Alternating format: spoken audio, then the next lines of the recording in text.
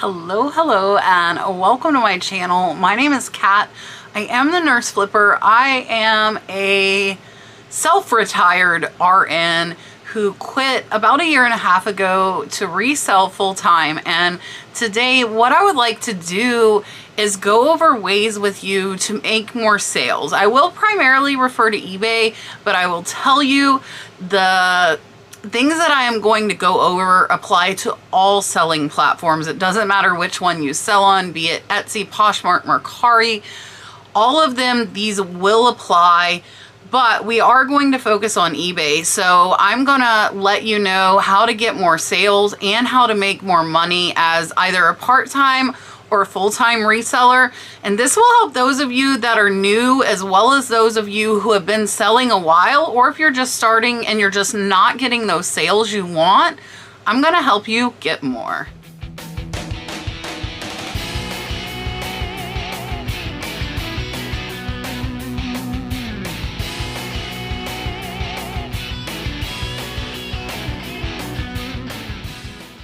All right, so I've been selling on eBay since 1999, off and on.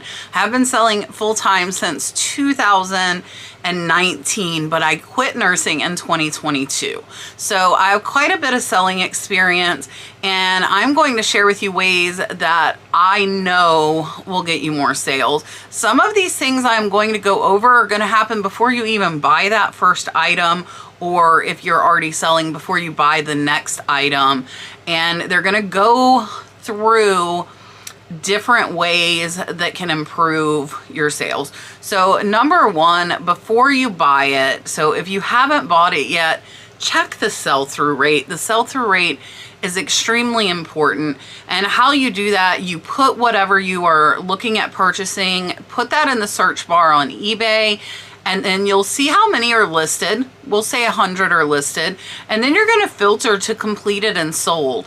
You want to know how many have sold. So I would say for me, a good sell-through rate would be 50%. So of that 100, I want to see that 50 have sold in the last 90 days. That means I have a 50% chance of selling that item in 3 months, which is not too long. And I am a long tail seller on a lot of items.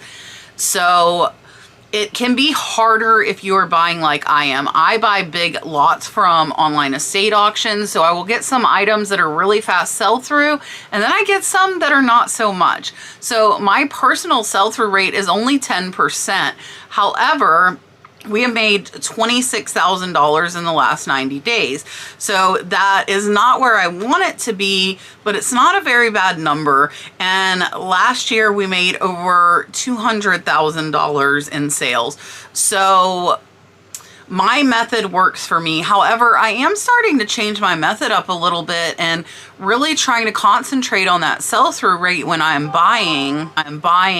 And if it's a lot of items and like 90% are going to take a long time to sell, I'm thinking twice before I'm buying it. Now, I do have the luxury of having room. I have 3 sheds. I have plenty of space, so I do not have a shortage on space, but I want higher than a 10% sell-through rate because I will do less work for more money, right? So you buy those items that are selling faster, you really concentrate on it, and that is if you can find the item. So when you get into those one-off items or rare items, that's when you don't really have a sell-through rate to go through. And if you have a lack of space, I would seriously reconsider buying those one-off and hard to find items because you don't know how long they're going to take to sell. Now you can check the sell-through rate of, say, the same brand, same maker, same type of item. So you can still do a little bit of research so that you might still want to pick that up. But if you can't find it, I say leave it on the shelf. Or leave it on that auction page and don't bid. So that is going to be before you have ever bought anything. So what do you do if you already have the items? So for me, if I've already bought them, whether they are long tail or short tail, I am still going to list them because I have already put the money and the time into getting them to me. Unless it's something that is under $10. Right now, I am actually shooting for more $15 to $20 price for that low end, because I do pay people to help me list, and I pay them $2 a listing. So in order to do that, I really need to be at that $15 to $20 price point for it to make sense for me. So that is one thing as well. That's not going to help you get more sales, but that will help you make more money. The second thing when you're looking at that item is set yourself a certain percent that you want to pay. For me, I typically don't like to pay more than 10 to 20% of what an item will sell for. So a $20 item, I don't want to pay more than $2 to $4 for that item. Now, I will tell you that percent does go up for me when we're talking higher dollar items. If we're talking $100 profit, I might spend $100 to make $100 profit. So that percent scale for me is kind of a sliding scale depending on how much profit I am going to make, as well as how fast it's going to sell, because it might make $100 profit, but it takes 3 or 4 years to sell. You might want to think twice about that.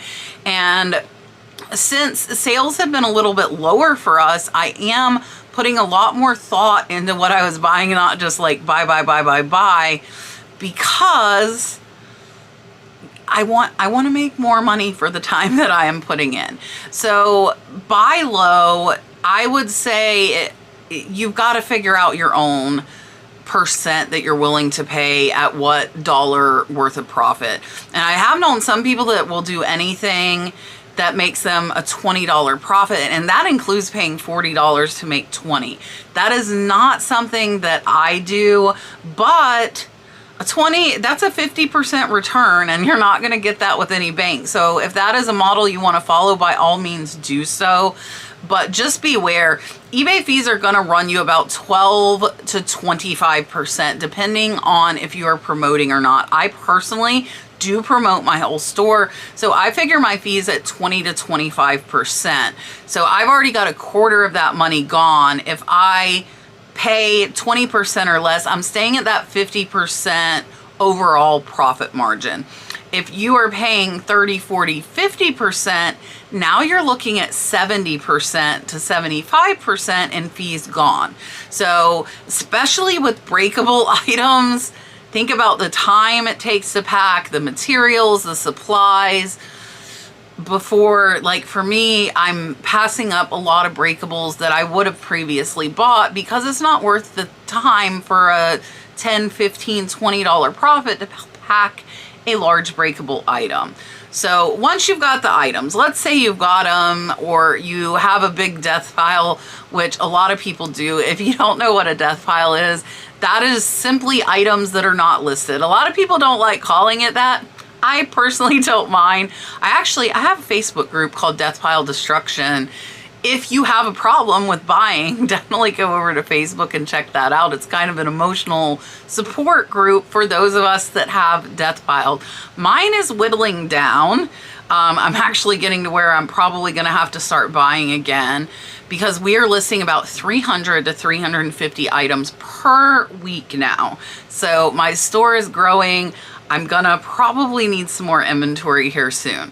So you've got the item, it's in your possession.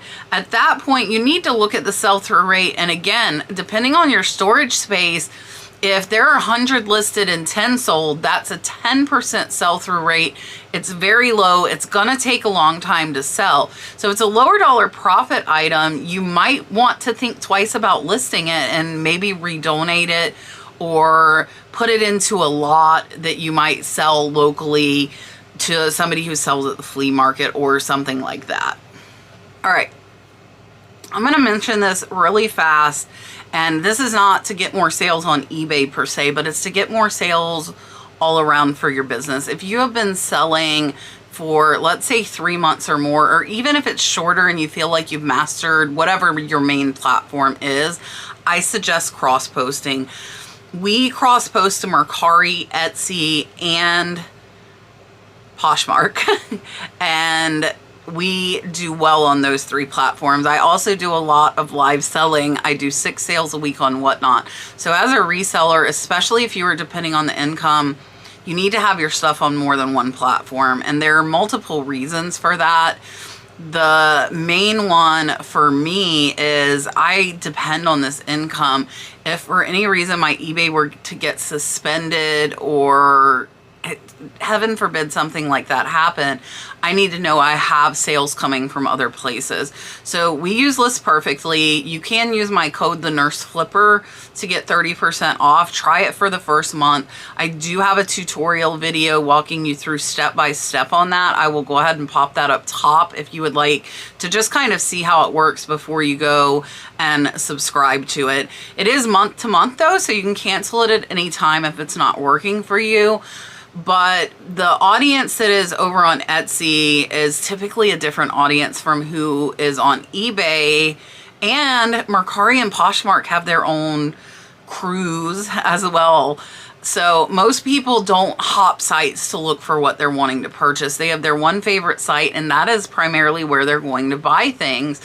And so you are getting a different audience on all of the platforms you sell on.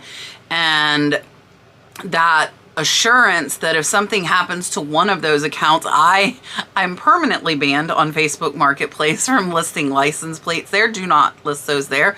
I have been temporarily suspended on both eBay and Mercari as well. And I actually, all of the platforms, I have been suspended or banned at one time. It happens. You can do everything right and it will still happen. So I've been banned on all 4 of those platforms. Permanently banned on Marketplace. That's why we don't sell there. But I have them all active. I got them all back. Most of it was just stupid mistakes. And while one shut down, though, I had sales from the other. So I'll stop talking about it, but I would definitely consider cross-posting. Whether you use List Perfectly, which is who I recommend. I've used them for over 3 years, and they have a very, very supporting staff as well as community. If you are looking to maybe get some interaction with other resellers, this can be a very, very lonely job because you're at home doing it by yourself typically. So end of that. Let's talk about, once you've got the items, what can you do to get faster sales? So you've checked the sell-through rate, you have it, even if it's not that good, you've decided the profit is enough that you want to list it. The number one thing is going to be taking good photos. I also have a photo tutorial on how to take better photos. I will pop that up top. So I'm going to give you some references throughout this video of older videos I have done that are still very, very pertinent to what I'm talking about. So taking good photos, making sure those photos are clear. You take it from every angle, front, both sides, back, the bottom. If it is something that has a signature or a tag, zoom in on that. People want to see it. Also taking measurements. I don't take measurements of clothing, so that is the exception for me. But if I have a vase or a breakable item, you will see that the last photo typically is always with a tape measure because I want them to see how big it is. So clear photos, have them centered. I like using Photo Room. Their new AI is absolutely amazing. I'll pop some pictures up here on the screen of a few items that I did. And I think that just kind of makes you stand above the competition. And the second thing is your title. So if you just have black t-shirt, not many people are probably going to find that item. But if you put medium, black, Nike, t-shirt, FSU Seminoles, football, you've got a lot of keywords in there that will help people find your item. I have a video on keywords as well. So all of these I have little pieces on. If you don't want to watch all this and string it together, I do offer one-on-one coaching. If that's something you want to get more information on, please just email me, thenurseflipper@yahoo.com, and I will be glad to give you pricing and different options that I offer. And then you don't have to sit through hours of videos. I can just answer your questions and help you get everything set up or try and tweak it to where you're making a little more in sales. So title, describe it if there's a brand, if it is vintage, the size, the color, all the basics need to be in that title. Plus, you need to think of other words that people might use to search for it.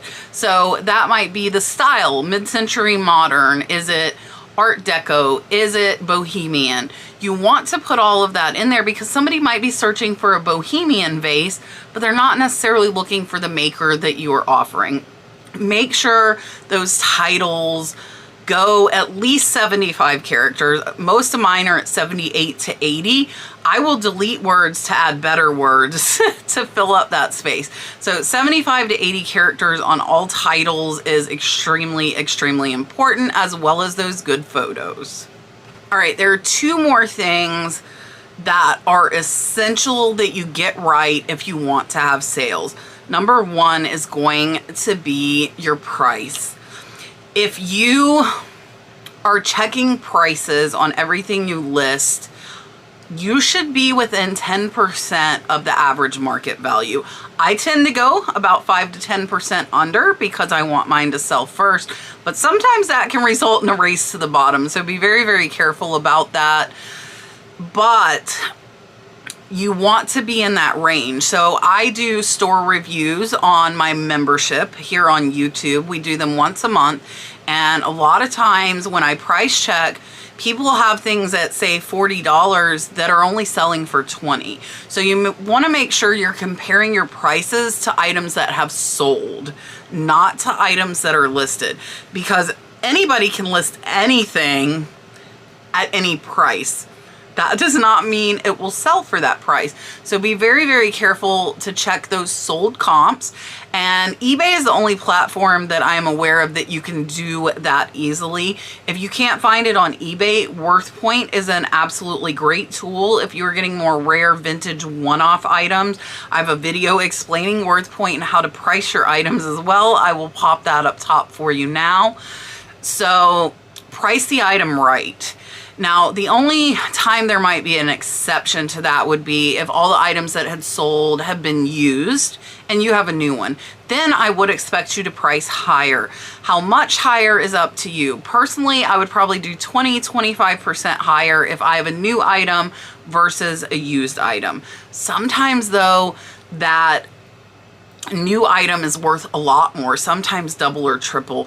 So when you are checking comps, make sure that you are checking the prices of items in similar condition.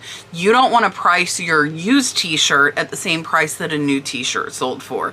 And you also want to take note if there are outliers. So if one sold for $300, but 20 of them sold for $30, don't shoot for that 300. That is one I would probably throw out.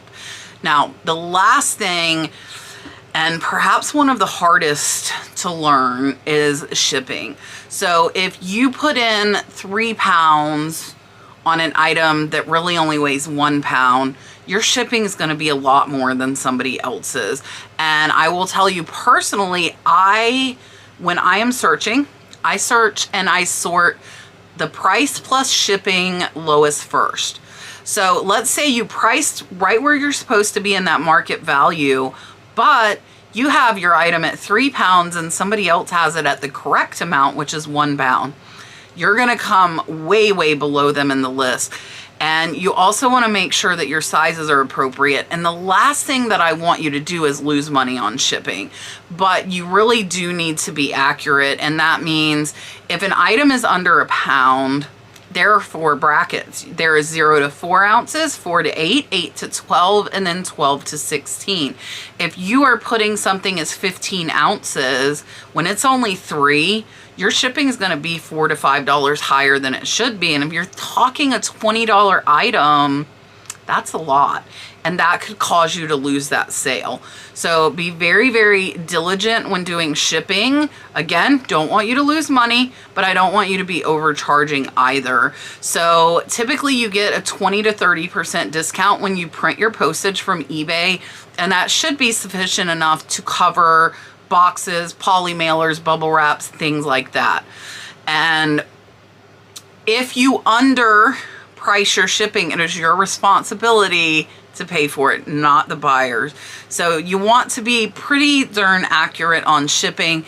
If your boxes are over 12 by 12 by 12, adding an extra inch or 2 could add $10 to shipping. So try to be as accurate as you possibly can on that shipping, because if you're really, really high It doesn't matter if you have the greatest photos, the best title, and your item price is good if your shipping is way, way out of control. So I think that kind of wraps up everything. I really hope that this has helped. Again, whether you're new or you've been selling, doing these things will help. You know, we cannot control the economy, but we can look at what we're listing. We can see an active sell-through rate, what is actively selling right now. We can pay attention when we are outsourcing, or if we are sourcing online, like yours truly. Pay attention to that, get more popular items, price right, good photos, good title, correct shipping, and definitely should help you get more sales. I appreciate you hanging out with me for this long. If you have any questions, please put them down in the comments. I really, really appreciate all of you. I hope you have an absolutely wonderful, wonderful weekend.